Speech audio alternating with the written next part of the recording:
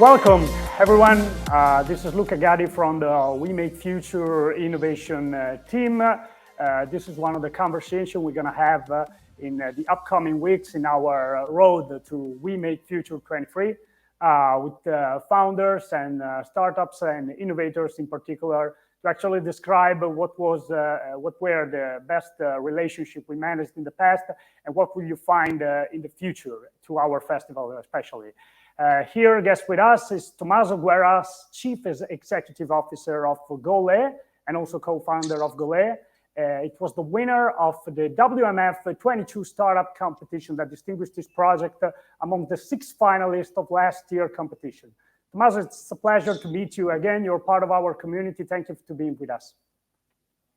Ciao, Luca, and hello, everybody. And thank you for inviting me.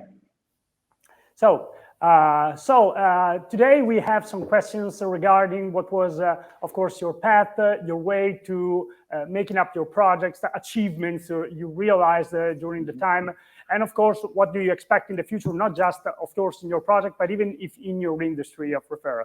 So first of all, Tommaso, for those who, like me, I was lucky enough to be part of the audience. Last year, we're not in the audience. Tell us in just less than a minute, what is Golee all about? For sure.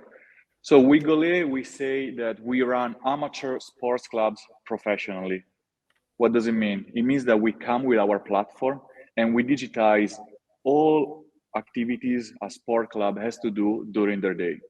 So imagine a club's administrator has to collect money from the members, has to monitor the expiration of medical examination, has to organize sports events such as training sessions and games and so on.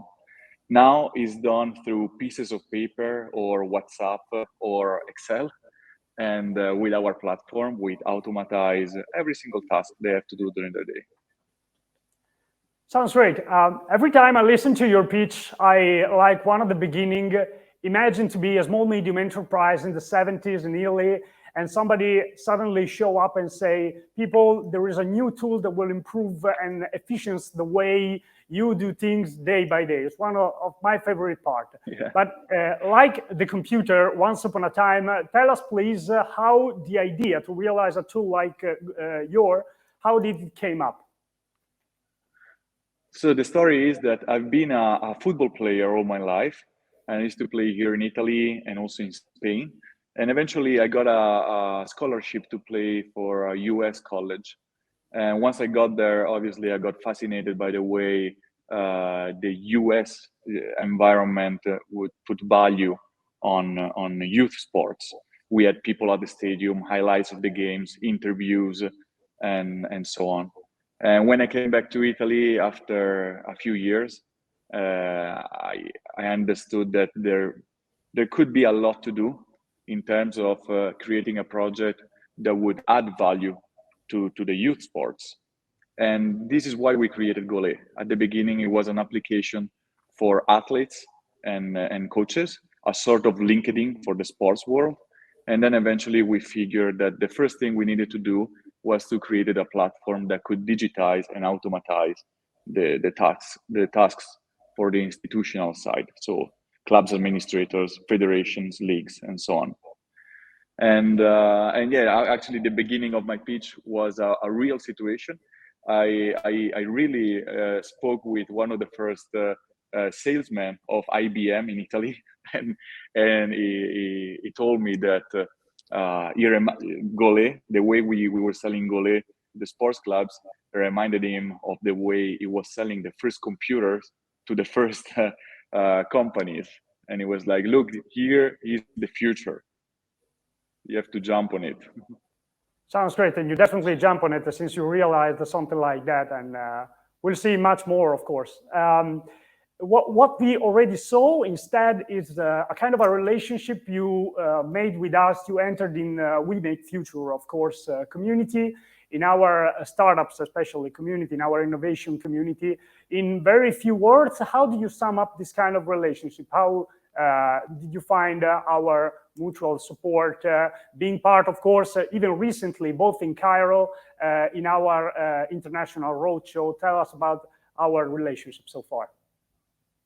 For sure. So again, we had the opportunity to be part of the startup competition last year, and last year were a few days amazing because in Rimini is one of the coolest city in Italy, and during the event there were a lot of people and lots of innovative stuff. And then eventually we got we achieved the winning of the startup competition, and from that we ended up being in Valencia and in Prague and in Cairo to do this roadshow around Europe, but even in North Africa. And through that we had the opportunity to meet a lot of people, meet a lot of investors or new startups, new environments. And I believe that for it is something that you need to do. You need to go outside your own environment and see what other countries and other cultures have to offer, have to show. So it's been amazing so far, and it's something that I would recommend to anybody. No, thank you. This is proper and really necessary feedback to us. I mean, we do commit actually to, with all the startups, and even the actors, the innovation actors in the ecosystem, in our community, to bring them in our projects, our events all around the world and connect them with the community. Everything due to everything that allow the innovation ecosystem to connect talented actors, but even innovative ideas that can boost not just all over Europe, starting from Italy, but even all around the world, is a mission that we, as We Make Future, really put in our hands. And we got a vision actually to achieve this, not eventually in the very short period, but thanks to our community, we will make it in the years to achieve this kind of results and bring, of course, benefits to those who believe in us, as we believed, of course, in projects like has been yours and many others, of course. For the next question, I would like to deep down a little bit more in your project. There has been a pretty dark moment in the history of humanity, with the COVID-19 and the pandemic has been a quite crucial moment, both with the society and the economy. The global economy worldwide almost collapsed. Nevertheless, having said all that, it's been like a golden period for you because nonetheless, you managed to improve the number of prospects first and then final customer in your customer base. And you spread all over Europe with football clubs or soccer clubs. You were able to increase your customer base. How did you manage something like that in such a tough period? So here's the thing. On one hand, obviously, COVID-19 stopped entirely the sports industry, not only at the professional level for sure, but also in the semi-professional and amateur levels, which is where we work. And for over 1 year and a half. So it was a tough period, but at the same time, it speeded up the process of digitization of the entire sector. So before COVID-19, we had to go door to door to our prospects and showing them the way that our platform would work. Right now, we do video calls or we do webinars, and obviously our clients are more open to try new digital tools. And so from a moment, such a critical moment like the lockdown, we were lucky enough to jump on the opportunity that was being created, and yes, so it was actually, we were lucky enough to survive this period, and at the end of that period, we were leveraging on our competitive advantages that we had as a team, as a product, and as a traction. Sounds great. I mean, what do you say? Timing is a key element in startups and innovation. It's definitely get the right time, carpe diem, late and maybe. Right. It's definitely something you have to take in mind. According to this exception made for timing, we just said, what is one piece of advice you would like to give to new founders that would like to launch their project, of course? So essentially what happens to any founder is that whenever they start their own company, they imagine that in a few months or a few weeks, they come and break the world. And you need to have patience, especially at the beginning, and you need to do the right steps at the right time. It is what I see sometimes is that a lot of the budget is being spent in the first months, which is something that, because you feel in a rush, right? Let's stay calm and be patient, and everything will come at the right moment. I would say something like that. I say to anybody. Yeah, in such a hurry and speed up society, it's a pleasure to me to hear such a kind of advice, because sometimes it's not just necessary to get the right time to slow down, but patience is gold. I mean, slow and steady sometimes, even in my opinion, personally, win the race. And somehow, especially some of the projects that get to final at We Make Future competition definitely are winning the race, even if they are, running on definitely a different path. Jumping on another topic, which is still strictly linked to founders and teams, what, in your opinion, does make a good founder? Which characteristics, I do mean, and enlarging that, especially because startups are not just made for founders, of course. So at the same question, what does a good team is made of? For sure. So I don't really know what makes a good founder. I could speak for myself, but I mean, you have to jump on your own project if you truly are passionate about it. Otherwise, there are lots of difficulties, and every day, any given day, you can find an excuse to just quit. So you have to be very passionate about it, and the first people on your team have to be somebody you really trust, because the same situation could happen for them, right? Any day, right? Especially at the beginning, is so hard that if you're not passionate, or if you don't really believe that you could do a very good job with the startup, you just quit. And if you find the right people who you can trust, and then you grow with them, and then eventually your team even expands, and whenever it expands, you can still rely on the first people that were with you at the beginning.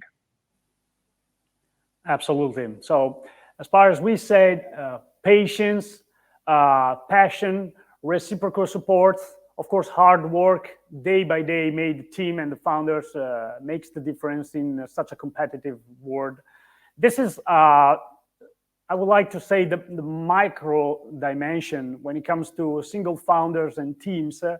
I would like to just to finalize a final question on the macro environment, especially the sport industry. As you may know, there are 12 future challenges that drives We Make Future value proposition, especially for the startup competition this year. One of the challenges will be future of sports and events.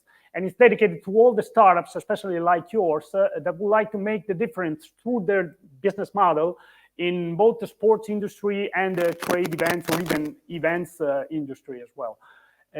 Concerning the sport industry, what is one vision do you have for eventually the next 5 years? What do you think is going to change? Which trend going to shape the markets? Which player could get inside and eventually disrupt the market itself, like you probably did? Yeah, so what happens is that the first thing, it is unthinkable for me to keep adding and adding value to at the professional level. You have to think there is an underground level of the semi-professional and amateur world that have to be valorized, right? You have micro-influencers, you have athletes, young athletes that one day will play for professional teams, and there is such a big environment that have to be exploited. And so this is why we started from this particular sector. Our platform professionalizes the way these clubs are working, and eventually could leverage on some other assets, right? With a brand new website, brand new e-commerce, and an active community. And from the strength of this community, then you can amplify also bigger events. I could see now in the football world, but also in other sports, are talking about creating a super league, a sort of NBA of the in the European market. And even if they're fighting on it, I believe that it is something that sometimes in the future will happen. The show must go on. It has to be bigger and bigger, and has to create a good, let's say, an investment that creates lots of money for the whole industry. No, definitely. Tommaso, thanks for sharing this thought with us. This was the last point of our interview. So we would like to thank you, not just for actually improving the business ecosystem from the sports side, but also to sharing with all the founders out there and the innovation actors this kind of insightful points you shared with us today. As always, I remember that the startup competition that allowed also somehow Golee to outstand in the Italian market, but not only the Italian market, but even in the international arena, not just for sports, but in all the innovation ecosystem, will happen again at We Make Future 23 this year. The competition and the call for startups is still open. So please, if you want to join us for this year, like Golee did for WMF 22, there is still plenty of opportunity to be get. Tommaso, at the end, thanks for joining us today, and hope to see you very soon, eventually at our events again this year in Rimini, 15, 16, and 17 of June. Goodbye. For sure. Thank you so much. Bye-bye. Bye.